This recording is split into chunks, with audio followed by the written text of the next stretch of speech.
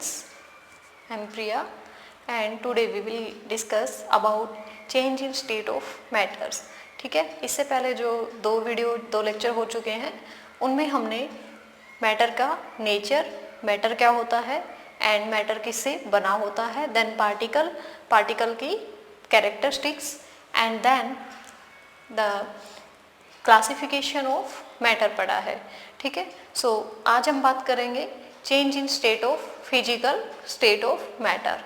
ठीक है, जो मैटर की जो फिजिकल स्टेट्स थी कौन सी, सॉलिड, लिक्विड एंड गैस, उन तीनों का जो है चेंज कैसे होती हैं वो एक स्टेट से दूसरी स्टेट में, आज इस वीडियो में हम ये पढ़ेंगे. लेकिन इससे पहले हम फिजिकल क्लासिफिकेशन में डिवाइड करते हैं मैटर को 5 स्टेट्स में. अभी तक हमने 3 स्टेट्स को जो है डिस्कस किया था, लेकिन आज मैं जो बाकी की 2 स्टेट्स हैं उनके बारे में भी बताऊंगी. ठीक है, so let us start our lecture video part 3. Now fourth state is plasma state.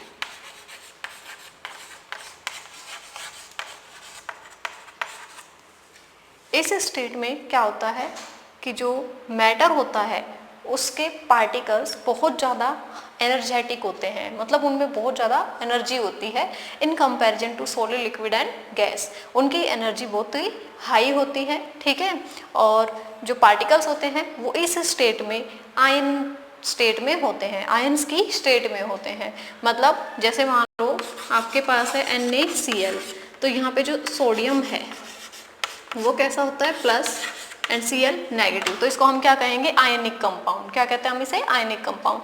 तो जो प्लाज्मा स्टेट है उसमें भी जो मैटर होता है, ठीक है, जो मैटर है उसके पार्टिकल्स क्या होते हैं, वो आयनाइज स्टेट में होते हैं. फॉर एग्जाम्पल अगर हम एग्जाम्पल लेते हैं किसी गैस का, ठीक है, किसमें, इसमें जैसे एग्जाम्पल है आपका fluorescent tube and second is neon sign bulb.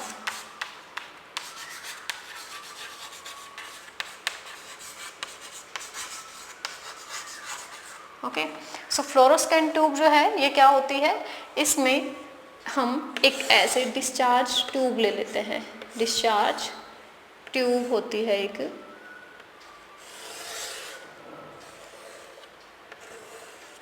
और इसको हम कनेक्ट कर देते हैं बैटरी से. ये इसमें 2 जो है इलेक्ट्रोड्स होते हैं यहाँ पे एंड अनदर इज यहाँ पे. ठीक है, और यहाँ पे जो है एक नॉब छोड़ दी जाती है यहाँ से, किसके लिए, प्रेशर को यहाँ से रिलीज करने के लिए. एंड वोल्टेज जो है यहाँ पे बहुत ही हाई होती है, 10,000 वोल्ट होती है. ठीक है, और जो प्रेशर होता है वो 1 एटमॉस्फेयर से भी लेस होता है, बहुत ही कम जो है प्रेशर होता है. सो यहाँ पे फ्लोरोसेंट ट्यूब में क्या करते हैं, जब हम कोई भी गैस ले लेते हैं, कोई भी गैस यहाँ पे फिल कर देते हैं, तो जब हम उसे इलेक्ट्रिक करंट देते हैं, क्या देते हैं, उसे इलेक्ट्रिक करंट देते हैं हाई वोल्टेज का, तो वो जो गैस के पार्टिकल्स हैं वो आयंस में टूटने स्टार्ट हो जाते हैं एंड जो हमारी ट्यूब है वो ग्लो करनी स्टार्ट कर देती है.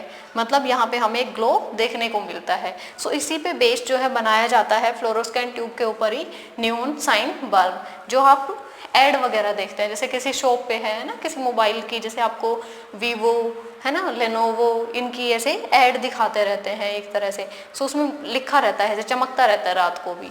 ठीक है, तो वो किसके ऊपर बेस है, इन्हीं के ऊपर बेस है.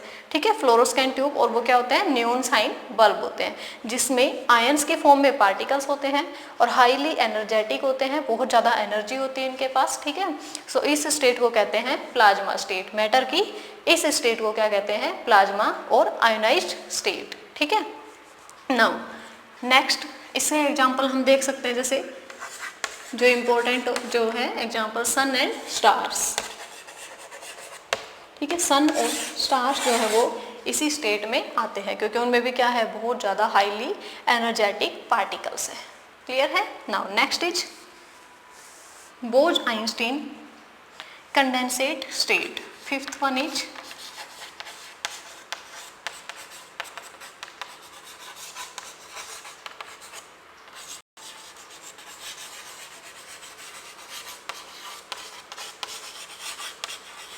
बोज-आइंस्टीन कंडेंसेट स्टेट।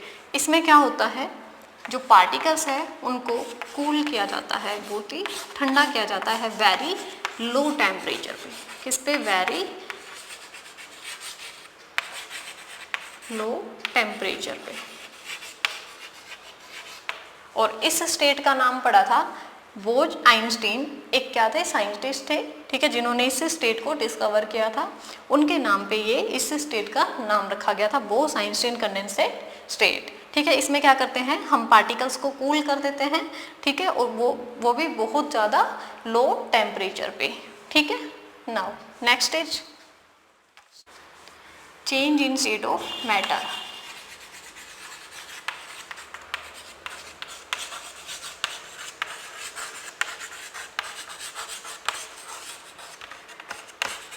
ठीक है, यहाँ पे देखो, मान लो हमारे पास क्या है, solid, liquid and gas. Solid, liquid and gas. तो कहते हैं कि मैटर जो है वो क्या अपनी एक स्टेट से दूसरे स्टेट में जा सकता है। ठीक है, तो यस, मैटर जो है वो अपनी स्टेट चेंज कर सकता है, बट कैसे? इन 2 वेज। यहाँ पे 2 वे हैं, ठीक है, जिसकी वजह से, या 2 फैक्टर्स हैं जिनकी वजह से मैटर अपनी स्टेट चेंज कर सकता है। The factors are, first, change in temperature और इफेक्ट ऑफ टेम्परेचर।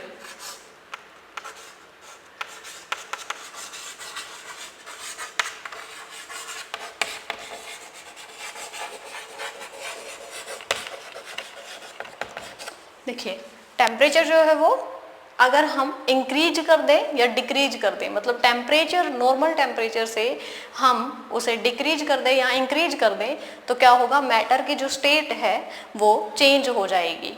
ठीक है, कैसे? देखो, अगर मान लो मुझे सॉलिड से लिक्विड बनाना है, तो मैं क्या करूँगी, इसे हीट कर दूँगी यहाँ पे। ठीक है, हीट करने से क्या होगा, सॉलिड से लिक्विड बन गया। एंड मुझे लिक्विड से गैस बनाना है, तो क्या करेंगे, उसे हीट करेंगे, फिर से क्या बन जाएगा, लिक्विड से गैस। ठीक है, तो ये क्या है, टेम्परेचर का इफेक्ट है इन पे, जो ये एक स्टेट से दूसरी स्टेट में जा रहे हैं। नाउ फर्स्ट आता है चेंज इन टेम्परेचर में मेल्टिंग और फ्यूजन। कौन सा प्रोसेस आता है, मेल्टिंग और fusion.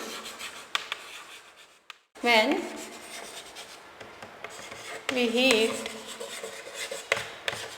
solid substance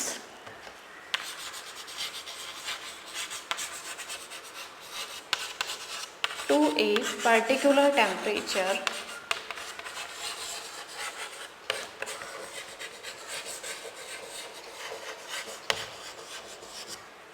then it will start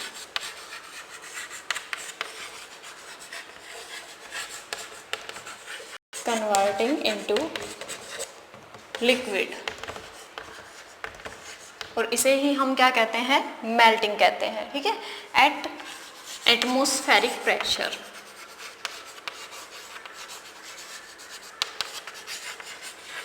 pressure क्या रहेगा, एटमॉस्फेरिक रहेगा, एटमॉस्फेरिक प्रेशर। ठीक है, एटमॉस्फेयर में जो प्रेशर होता है, किसके कारण, एयर के कारण। एयर का जो दबाव होता है एटमॉस्फेयर में, उसे हम क्या कहते हैं, एटमॉस्फेरिक प्रेशर। सो जो एटमॉस्फेरिक प्रेशर पे या नॉर्मल प्रेशर पे जब हम किसी सॉलिड सब्सटेंस को हीट करते हैं एक पर्टिकुलर टेम्परेचर तक, ऐसा नहीं है कि हमने जैसे ही सॉलिड को हीट करना स्टार्ट किया वो क्या हो जाएगा, तुरंत सॉलिड से लिक्विड में चेंज हो जाएगा या मेल्ट होना स्टार्ट हो जाएगा। नहीं, वो एक पर्टिकुलर टेम्परेचर आने के बाद क्या होता है, मेल्ट होना स्टार्ट होता है, कन्वर्ट होना स्टार्ट होता है लिक्विड में। ठीक है, एंड ये जो टेम्परेचर है, ये जो टेम्परेचर है जहाँ पे सॉलिड लिक्विड बनना स्टार्ट हो जाता है, मेल्ट होना स्टार्ट हो जाता है कोई भी सब्सटेंस, उसे ही हम क्या कहते हैं, melting point. So the definition of melting point is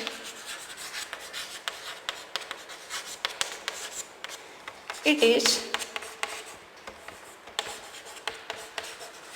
the temperature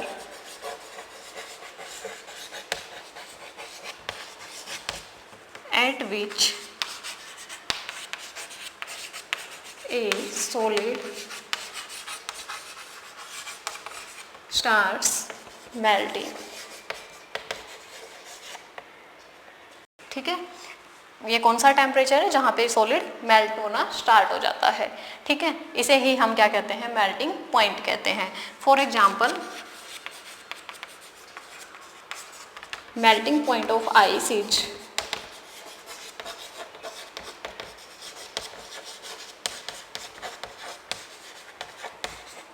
0 degree Celsius. ठीक है, आइस जो है वो हमारे 0 डिग्री सेल्सियस पे मेल्ट होना स्टार्ट हो जाती है। ठीक है, यहाँ तक समझ आया? नाउ बात करते हैं लेटेंट हीट ऑफ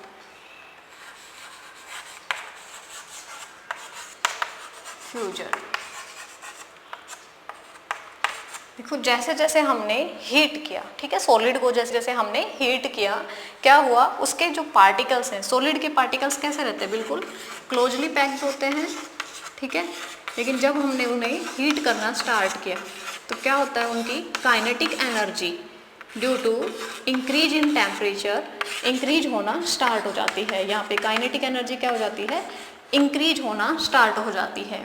ठीक है, क्योंकि हमने क्या किया है, टेम्परेचर को कंटिन्यूसली इंक्रीज किया है, हमने टेम्परेचर को कंटिन्यूसली इंक्रीज किया है, देन काइनेटिक एनर्जी जो है इन पार्टिकल्स की वो भी इंक्रीज होना स्टार्ट हो गई है। ठीक है, और जिसकी वजह से जो पार्टिकल के बीच का गैप है वो इंक्रीज होना स्टार्ट हो जाता है। मतलब यहाँ पे पार्टिकल्स मूव करना स्टार्ट हो जाते हैं। ठीक है, क्योंकि उनकी एनर्जी जो है वो इंक्रीज हो चुकी है, एनर्जेटिक हो चुके हैं। जब एनर्जेटिक हो जाएंगे तो वो क्या करेंगे, मूव करना स्टार्ट कर देंगे। ठीक है, इस तरह से जब हम सॉलिड को हीट करते हैं तो काइनेटिक एनर्जी इंक्रीज होने की वजह से वो लिक्विड स्टेट में आ जाते हैं।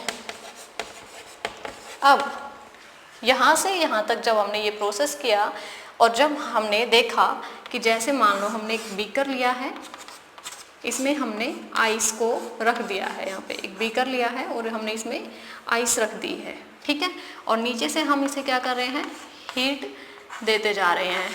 ठीक है, ये क्या है हमारा बर्नर,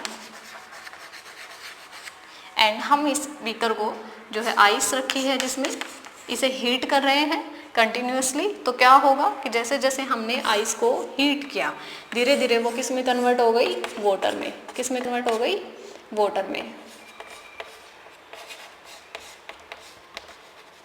ठीक है, अब यहाँ पे देखो हमने एक थर्मामीटर लगाया था, यहाँ पे क्या लगाया था हमने, एक थर्मामीटर। इसको एक स्टैंड की हेल्प से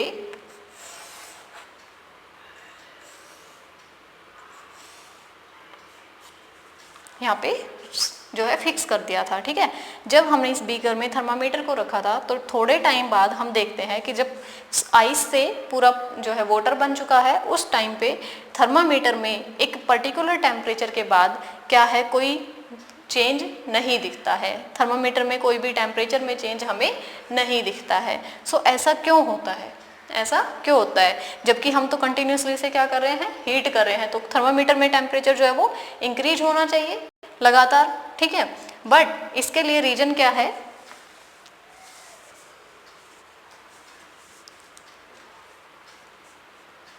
इसके लिए रीजन है कि जब हम इसको हीट कर रहे हैं, आइस को, जब हम आइस को हीट कर रहे हैं तो जो एनर्जी हम इसे यहाँ पे दे रहे हैं वो क्या हो रही है, इसके पार्टिकल्स को, सॉलिड के पार्टिकल्स को ब्रेक, सॉलिड के पार्टिकल्स के जो फोर्स ऑफ अट्रैक्शन है उसको ब्रेक करने में सारी यूज हो गई है। ठीक है, जो एनर्जी हमने दी है, इसे हीटिंग जो दी है वो कंटिन्यूसली क्या हो रही है, यूज हो रही है। कहाँ पे, सॉलिड के, आइस के पार्टिकल्स के फोर्स ऑफ अट्रैक्शन को ब्रेक करने के लिए, उससे बाहर निकलने के लिए, ठीक है, उसे तोड़ने के लिए सारी यूज हो जाती है। इसलिए टेम्परेचर जो है थर्मामीटर में वो सेम रहता है, कांस्टेंट रहता है ड्यूरिंग दिस प्रोसेस। एंड ये जो एनर्जी हमें चाहिए किसके लिए,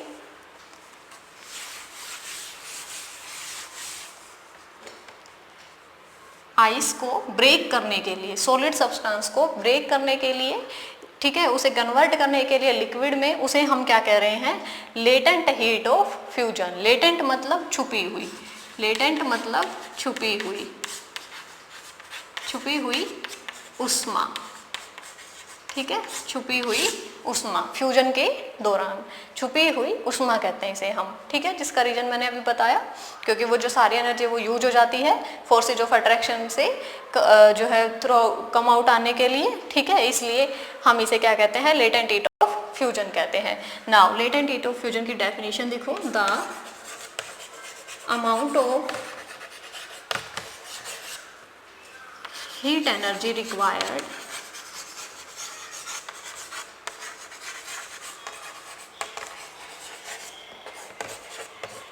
to convert 1 kilogram of ice into ice or solid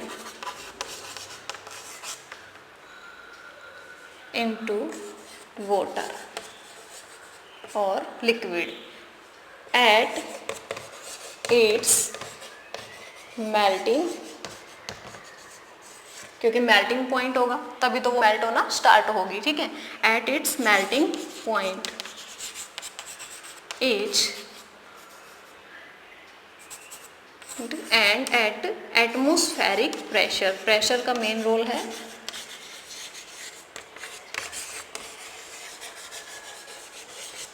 is called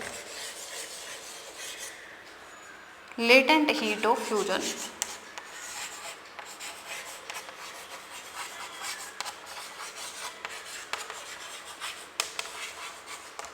इसे हम क्या कहते हैं, लेटेंट हीट ऑफ फ्यूजन कहते हैं। देखो एटमॉस्फेरिक प्रेशर होना चाहिए, ठीक है, एटमॉस्फेरिक प्रेशर से क्या समझते हैं, हमने अभी बताया था, जो एयर जो प्रेशर एक्सर्ट करती है एटमॉस्फेयर पे, एटमॉस्फेयर में, ठीक है, उसे हम क्या कहते हैं, एटमॉस्फेरिक प्रेशर कहते हैं। अगर प्रेशर एटमॉस्फेरिक प्रेशर से कम हो जाएगा तो जो मेल्टिंग पॉइंट है वो भी इंक्रीज हो जाएगा। क्यों? क्योंकि प्रेशर जो है वो एक रोल प्ले करता है किसी भी सब्सटेंस को बॉयल करने में या मेल्ट करने में, ठीक है, एक तरह से प्रेशर लगा रहा है उस पर। तो जो मेल्टिंग पॉइंट है, अगर एटमॉस्फेरिक प्रेशर हम लो करेंगे तो क्या हो जाएगा, उसका मेल्टिंग पॉइंट इंक्रीज हो जाएगा, ठीक है। जैसे कि माउंटेन्स में क्या होता है, हमेशा आइस जमी रहती है ना ऊपर, क्यों? क्योंकि वहाँ पे जो प्रेशर होता है, एयर का जो प्रेशर है वो कम रहता है, क्योंकि एयर ही कम रहती है वहाँ पे, ठीक है। और जो कुकिंग है वहाँ पे वो भी हमें क्या होता है, उसमें भी परेशानी होती है। एंड ऐसे ही सांस लेने में, हमें माउंटेन्स में सांस लेने में दिक्कत होती है, क्योंकि वहाँ पे एटमॉस्फेरिक प्रेशर क्या रहता है, कम रहता है, एयर कम रहती है वहाँ पे, ठीक है। ऐसे ही बहुत, ठीक है। सेकेंड इज बॉइलिंग और वेपराइजेशन। टेम्परेचर का इफेक्ट सेकेंड क्या है, बॉइलिंग और वेपराइजेशन।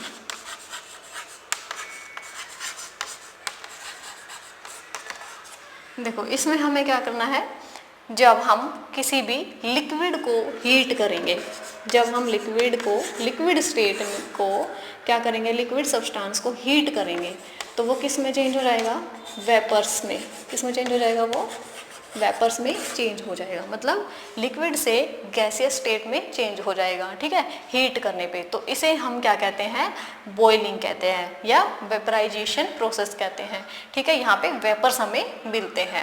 अब next, now boiling point.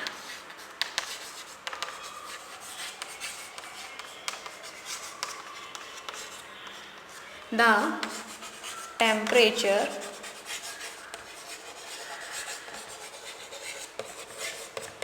at which a liquid starts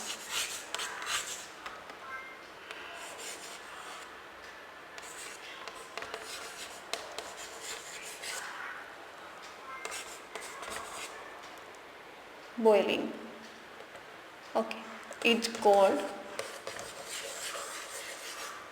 boiling point।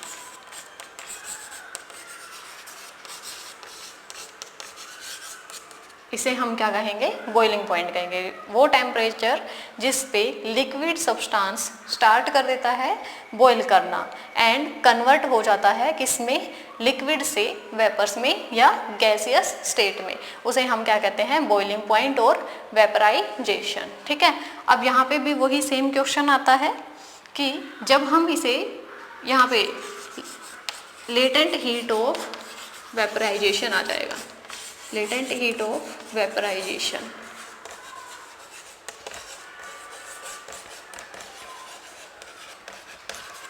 ठीक है, यहाँ पे भी वही सेम होता है, जब हम हीट कर रहे हैं, टेम्परेचर इंक्रीज कर रहे हैं, तो क्या हो रहा है, लिक्विड के जो पार्टिकल्स हैं वो और ज़्यादा फ्री हो जाएंगे मूव करने के लिए, और वो एक दूसरे से दूर दूर हो जाएंगे, जिस वजह से वो किस में कन्वर्ट हो जाते हैं, वेपर्स या गैसियस स्टेट में कन्वर्ट हो जाते हैं, ड्यू टू गिविंग टेम्परेचर और हीटिंग। ठीक है, इंक्रीज इन टेम्परेचर और हीटिंग और इंक्रीज इन काइनेटिक एनर्जी, जिसकी वजह से क्या होता है, काइनेटिक एनर्जी इंक्रीज हो जाती है। ठीक है, नाउ नेक्स्ट है क्वेश्चन हमारा कि जब हम ये प्रोसेस कर रहे होते हैं तो यहाँ पे भी थर्मामीटर में जैसे कि वाटर है बॉईल करना स्टार्ट कर देता है कितने पे, 100 डिग्री सेल्सियस पे।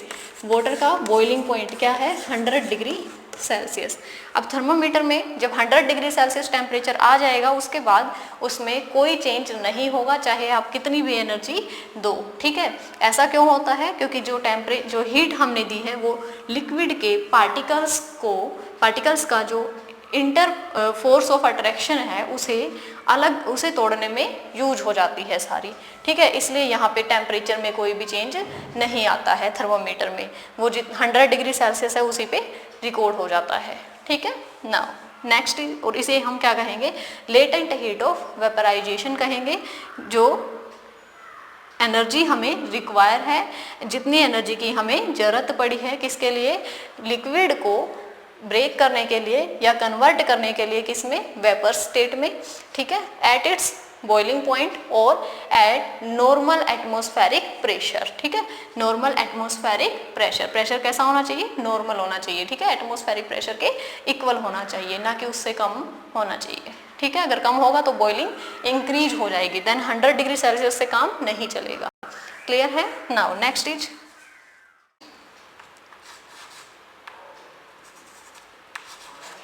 एक और प्रोसेस है थर्ड, कंडेंसेशन। कंडेंसेशन में देखो, कंडेंस क्या नजर आ रहा है, कंडेंस। सो कंडेंस मतलब कोई चीज ठंडी होती है। ठीक है, कोई चीज ठंडी होती है क्या, जब हम गैस को कंडेंस करते हैं, ठंडा करते हैं, ठीक है, तो वो क्या हो जाती है, लिक्विड में चेंज हो जाती है। किस में चेंज हो जाती है, लिक्विड में चेंज हो जाती है।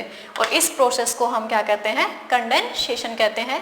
यहाँ पे हमें टेम्परेचर को लो करना पड़ेगा, यहाँ पे हमें टेम्परेचर को क्या करना पड़ेगा, लो करना पड़ेगा।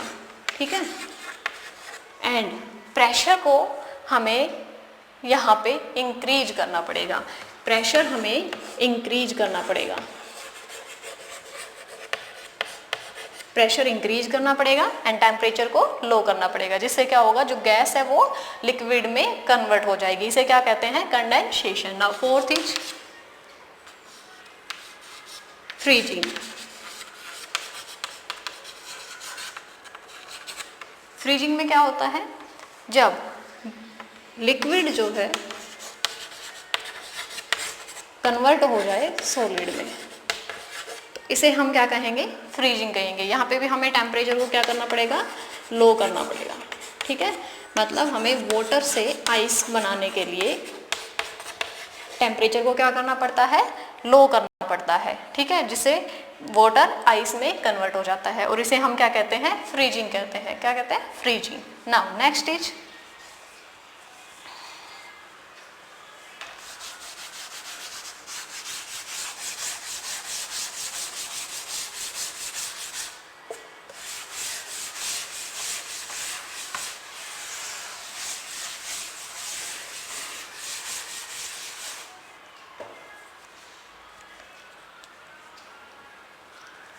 Effect of pressure.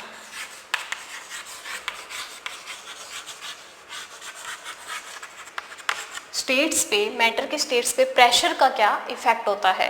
देखो, जब हम प्रेशर को इंक्रीज करेंगे, क्या करेंगे, जब हम प्रेशर को इंक्रीज करेंगे, डिक्रीज करने की बात हमने देखी थी, जब हम डिक्रीज करते हैं तो किसी का भी बॉइलिंग या मेल्टिंग पॉइंट इंक्रीज हो जाता है, और जब हम प्रेशर को इंक्रीज करते हैं तो स्टेट चेंज होती है। कैसे, लाइक अगर हमें किसी गैस का गैस हमने फिल की हुई है किसी सिलेंडर में, ठीक है, और अगर हम उस पर ज़्यादा प्रेशर करेंगे, प्रेशर ज़्यादा लगाएंगे, कंप्रेशन, ठीक है, जो हमने सॉलिड लिक्विड गैस का डिस्कस किया था कंप्रेशन में, ठीक है, कैरेक्टरिस्टिक्स या properties of solid liquid and gas में क्या था, कंप्रेशन। किसी को भी अगर हम कंप्रेस करते हैं तो क्या होगा, बट हम सॉलिड लिक्विड को कंप्रेस ज़्यादा नहीं, सॉलिड को नहीं कर सकते बिल्कुल भी, और लिक्विड को बिल्कुल कम कर सकते कंप्रेस। लेकिन गैसेज जो वो हाईली कंप्रेसिबल होती हैं। जब हम इन्हें कंप्रेस करेंगे, मतलब प्रेशर ज़्यादा एक्सर्ट करेंगे इनके ऊपर, तो ये क्या होगा, लिक्विड में चेंज हो जाएंगी। किस में चेंज हो जाएंगी, लिक्विड में। एंड फर्दर और प्रेशर लगाएंगे और ज़्यादा प्रेशर इंक्रीज करेंगे तो वो किस में चेंज हो जाएंगी, सॉलिड में चेंज हो जाएगी, ठीक है। सो इस तरह से हम गैसेज को लिक्विफाई कर सकते हैं बाय इंक्रीजिंग प्रेशर और बाय अप्लाइंग प्रेशर। क्लियर है। नाउ देखिए, जैसे फॉर एग्जांपल यहाँ पे एग्जांपल आता है किसका, एंड टेम्परेचर यहाँ पे क्या होगा, लो होगा, टेम्परेचर लो एंड प्रेशर मोर, ठीक है। सो यहाँ पे एग्जांपल है जैसे सॉलिड कार्बन डाइऑक्साइड। देखो CO2 गैस जो है हमने उसको हाईली कंप्रेस किया तो वो किस में कन्वर्ट हो गई, लिक्विड में। एंड देन और कंप्रेस करेंगे, लाइक हमें सीधा सॉलिड कार्बन डाइऑक्साइड से हम किस में कन्वर्ट कर सकते हैं, इसे बहुत ज़्यादा प्रेशर अप्लाई करके इसे हम सॉलिड बना सकते हैं, सॉलिड CO2 बना सकते हैं। और इसे ही क्या कहते हैं, ड्राई आइस, ड्राई आइस कहते हैं। ये जो ड्राई आइस है और जो नॉर्मल आइस होती है, उन दोनों में क्या डिफरेंस इनमें, देखो अगर हम आइस को अपनी पाम पे रखते हैं तो क्या होता है कि हमारी जो पाम है वो गीली हो जाती है, ठीक है, लेकिन जब हम ड्राई आइस को रखेंगे तो गीली नहीं होगी। मीन्स आइस जो है वो क्या है, एक तरह से लिक्विड को हमने फ्रीज करके क्या बनाया है, आइस बनाया है, वाटर फ्रीज करके। और जब ये हम बाहर रखेंगे अपनी हथेली पे तो क्या होगा, यहाँ से जो है हीट को एब्जॉर्ब करेगी। हीट एब्जॉर्ब करने से क्या होगा, फिर से वही लिक्विड आइस से लिक्विड में कन्वर्ट हो जाएगा वापस, मतलब आइस से वाटर में कन्वर्ट हो जाएगा। तो हमारी जो पाम है उस पर वाटर रहेगा। लेकिन ये क्या है, ये तो गैस है। जैसे हमने हाईली कंप्रेस किया था, प्रेशर ज़्यादा लगाया था, तब क्या बनी थी, सॉलिड कार्बन डाइऑक्साइड गैस बनी थी या ड्राई आइस बनी थी। सो जब हम इसे अपनी हथेली पे रखते हैं, इसे जैसे ही हीट मिलती है ये तुरंत कन्वर्ट हो जाती है किसमें, CO2 गैस में, और हमारी जो पाम है उस पर वाटर या कुछ भी नहीं बचता है। क्लियर है, ये डिफरेंस था ड्राई आइस और आइस में। क्लियर।